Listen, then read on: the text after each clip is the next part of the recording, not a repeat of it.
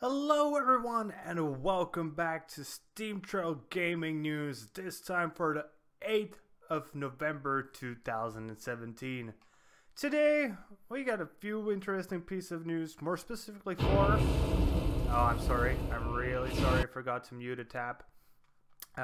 First we're going to talk about the fact that Ubisoft, one of the people in Ubisoft predicts that the PS5 and the next Xbox are at least 5 years away from now.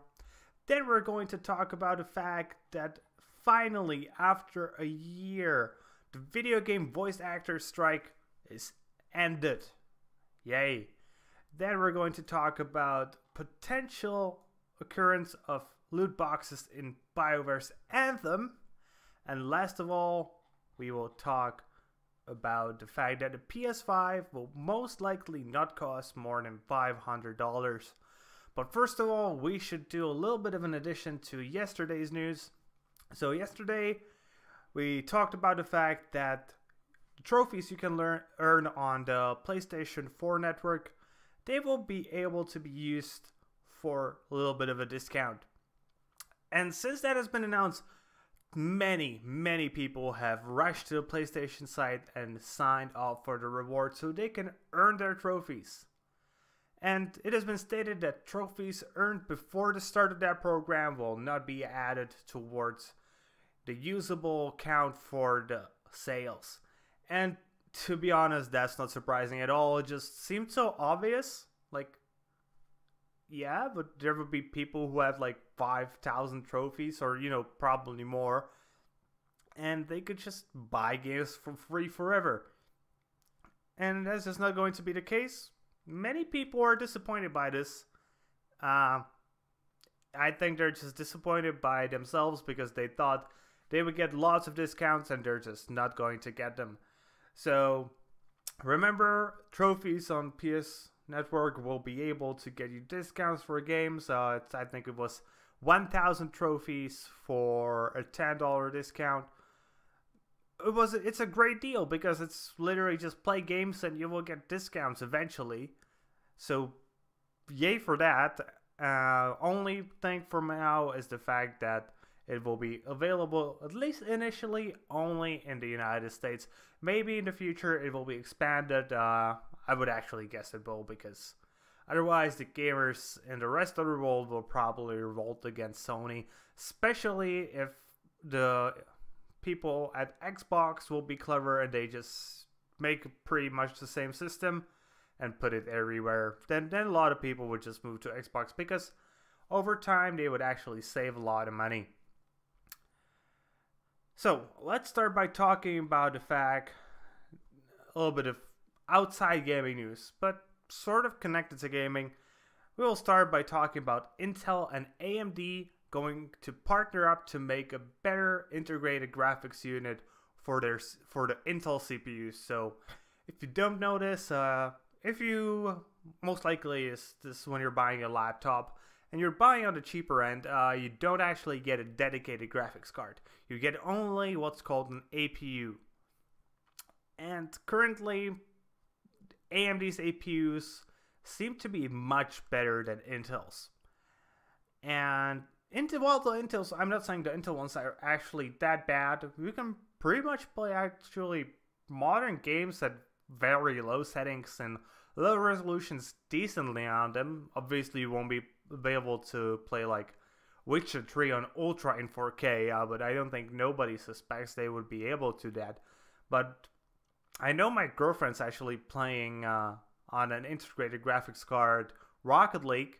She's playing at 720p and she's getting about 40 FPS. It's not the smoothest thing. It's not as smooth as I get on my computer, but it's still something she can play. And a long time ago, the best thing you could play on an integrated graphics card was like 5-8-year-old games, or maybe the games that were included in Windows. These days it's a lot better. It's certainly not at the level of a dedicated graphics card, but it works. AMD is lending the technology from Radeon and its use of HBM2 memories, which means high bandwidth memory, to complement the Core i7 mobile CPU. So this will come only to the higher end CPUs, which seems sort of ridiculous because the notebooks that usually have these CPUs also often have at least a low end dedicated GPU. But if you're buying something like a workstation and you also want to play a little bit of game here, a little bit of game there, this might be good for you. Otherwise, I don't think this will happen very often. It will help so-called ultrabooks, but I really hope it will come also to i5 CPUs or maybe even i3s in the future, because that's actually the place where it could help the most. So, secondly, let's talk about the fact that one of the people at Ubisoft, more specifically, who was it? Where was it? It was the CEO of Ubisoft, Yves Guillemot, I think. Guillemot? Yeah, I think it's pronounced Guillemot. Said that his company Ubisoft believes that the next major consoles are at least 2 years away from now. And I think that's a good guess, because the Xbox One X is currently being released. The Switch is released pretty recently. PlayStation Pro released last year as well. That means there's a pretty big incentive for these companies to have a gap in the development cycle. And the PlayStation Pro and Xbox One X both fill the needs for the people who want to game at higher resolutions currently on a console. It certainly won't be at a level of a high-end desktop PC, but it will probably work decently, and I think 2 years is good enough guess. I would say more likely 3 years, but they are saying a minimum, so yeah, I think that's like they're saying like, yeah, this is just, if everybody just goes bad, it will be 2 years. Otherwise, it's most likely just going to be 3, maybe even more. And while that is sort of sad for console players because they will not be getting an upgrade for a long time, it is even more sad actually for PC players, because that means our games will be heavily limited by the consoles. It will be the same thing that happened before the PS4 and Xbox One were released, where suddenly games just could go insane, make an insane jump in terms of their graphical fidelity, because suddenly the consoles had so much more power, whilst the computer had that power already for like 2-3 years. And that happens quite often, where we PC gamers are just waiting for the consoles to go and move forward with their technology. Okay? Next piece of news is about the video game voice actor strike. So, it's finally over. This strike actually lasted more than a year. And that's insane. A year-long strike. So, obviously, it wasn't every voice actor who ever did anything for games being on strike, because I don't think that just couldn't even happen. But the members of SAG-AFTRA, I think. SAG-AFTRA, yeah. That's an organization that actually represents the majority of actors, recording artists, and people who just do voiceovers. They were on strike for more than 12 months. Because the money they were actually getting, the rules they had to abide to, like the fact that if they were late, the penalties were so severe that it was ridiculous. They finally managed to ratify an agreement between themselves and the major publish houses. So the companies like Activision or Electronic Arts finally reached a compromise. Right now, the National Board approved the terms, and yesterday it seems that more than 90% of the voice actors that are in SAG-AFTRA, SAG-AFTRA, I don't know how to pronounce this seriously, SAG-AFTRA, I think that SAG-AFTRA. Who the hell comes up with these names? They are on board with this, so the strike has come to an end. The agreement includes things like bonus payments for recording sessions, which will be due by the project launch.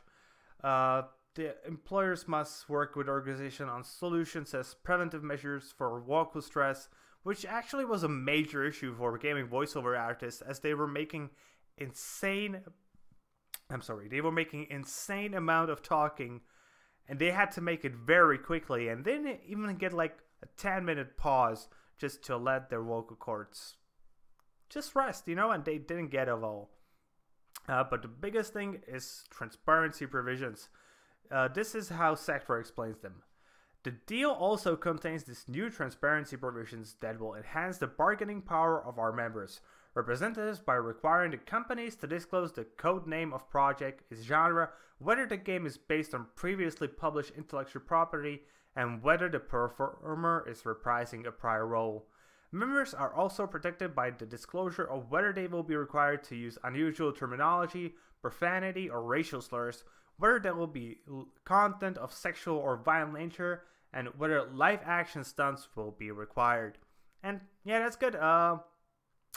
Though this might actually bring us a completely new age of just leaks, because there were so many people working for Sectra, and they were getting so many contracts, but I suspect that if they actually leak, they will get quickly fired from Sectra. And yeah, that's pretty much. And I'm very happy for the voice actors. It was a big controversy about a year ago, and many big names like Ashley Birch, that voiced the main character from Life is Strange, and actually had to be replaced for the prequel because she just was on strike. And that's not something we see very often in gaming. The people that are making the job, getting the job done, actually won, and it's a great thing to see that happen. Okay, another piece of news. Anthem loot boxes being discussed at BioWare. Oh man, loot boxes in our single player game. So yeah, it's been a pretty big thing this year. Shadow War, Mass Effect, Andromeda, everything is getting microtransactions these days. And the people on, I think it was Reddit. Yeah, I think it was Reddit. One of the fans pointed out the Star Wars Battlefront 2 pay-to-win thing that happened, and pretty much said he feared that something similar will be just inside Anthem. And it is well known that EA, the publisher of Anthem, very much likes its microtransactions. And the fear is pretty much understandable. And Anthem's creative director Brandon Holmes actually responded to this question, and he said, "I hear you. We're talking a fair bit about this at the moment. I can't really talk about it too much, but it's an ongoing discussions." Holmes then added that a bunch of folks on the team have similar positions on monetization, so it seems there are people against microtransactions in Anthem, but I'm gonna call it now.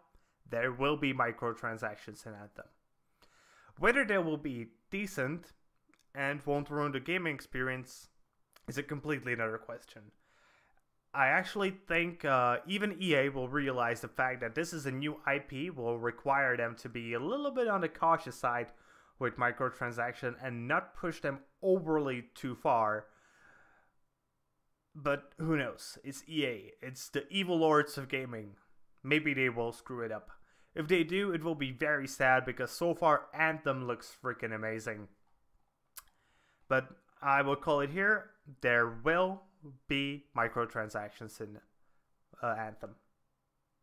And if there are not, I will eat a very hot pepper of your choosing. Okay, last piece of news for today is the fact that a Wedbush Securist Analysis, Michael Parcher, it's an economist who actually takes a look at the economical situation of both the companies and the public and tries to do his little analysis.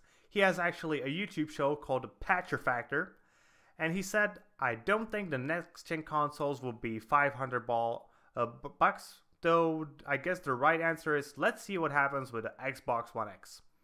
And he's completely right. If the Xbox One X just fails completely, nobody will publish a $500 console, because that's what happened with the initial release of the PlayStation 3. It was just too expensive. Not so many people bought it. That's actually how the Xbox 360 got its train running. And that's exactly what happened to the Xbox One X initially, where the fact that, there was the Kinect added to it, that meant the price was just too high and people were going for the PS4. If people want to spend a lot of money on gaming, they will go for a PC. I think most big companies, both Microsoft and Sony, actually realize that at the moment. If they want to spend a lot of money, they will usually go for a PC. If they want to go for medium-sized money, they can actually now go for the Xbox One X or PS Pro, even though the PS4 is way cheaper than the Xbox One X. And if they want to just game and they don't want to spend a lot of money, they go for the regular console.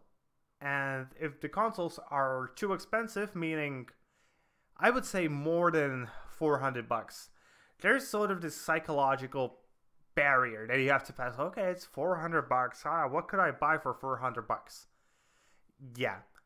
Add to that the fact that you have to pay to play multiplayer, you have to buy very expensive games unless you want to go for pirated games, which isn't as easy as it used to be in the past, especially for consoles. Suddenly the price jumps up to more likely initial buying price point of $600 if the price of the console is just $400. And suddenly you're not talking $600, you're talking $700. And it just stacks up. And for $700, you can actually get a pretty decent PC. Where if you're buying, I want to just get the most money out of my buck, then you will actually go for a $700 PC, because then you will just pirate games. Where on the PC it's actually insanely easy. I'm not advocating it. I'm actually heavily against piracy. It's one of the worst things in our market currently, but I do understand people who do it. I used to do it when I was a kid. I just didn't have the money for games, so I was just like, I'm going to buy like 1, maybe 2 games a year. The rest I want to play, I pirate, because if I wanted to play them, there really wasn't another option for me. Otherwise than waiting 5 years until it would be added as a free game to a magazine. But I didn't want to wait 5 years. I wanted to play it right now. I wanted to play with my friends. Or I wanted to chat about a game with my friends. And the only way to do that was, to just pirate the game. And that's just so much easier to do on PC.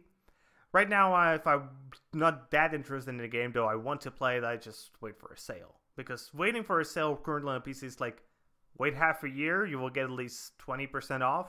Wait a year, you get probably half the price off, and it's much better to wait a year than to wait 5 years.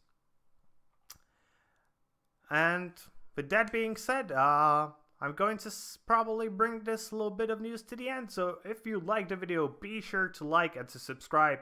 If you're watching this on Steam, be sure to upvote and to follow our blog. And see you guys later with more gaming content.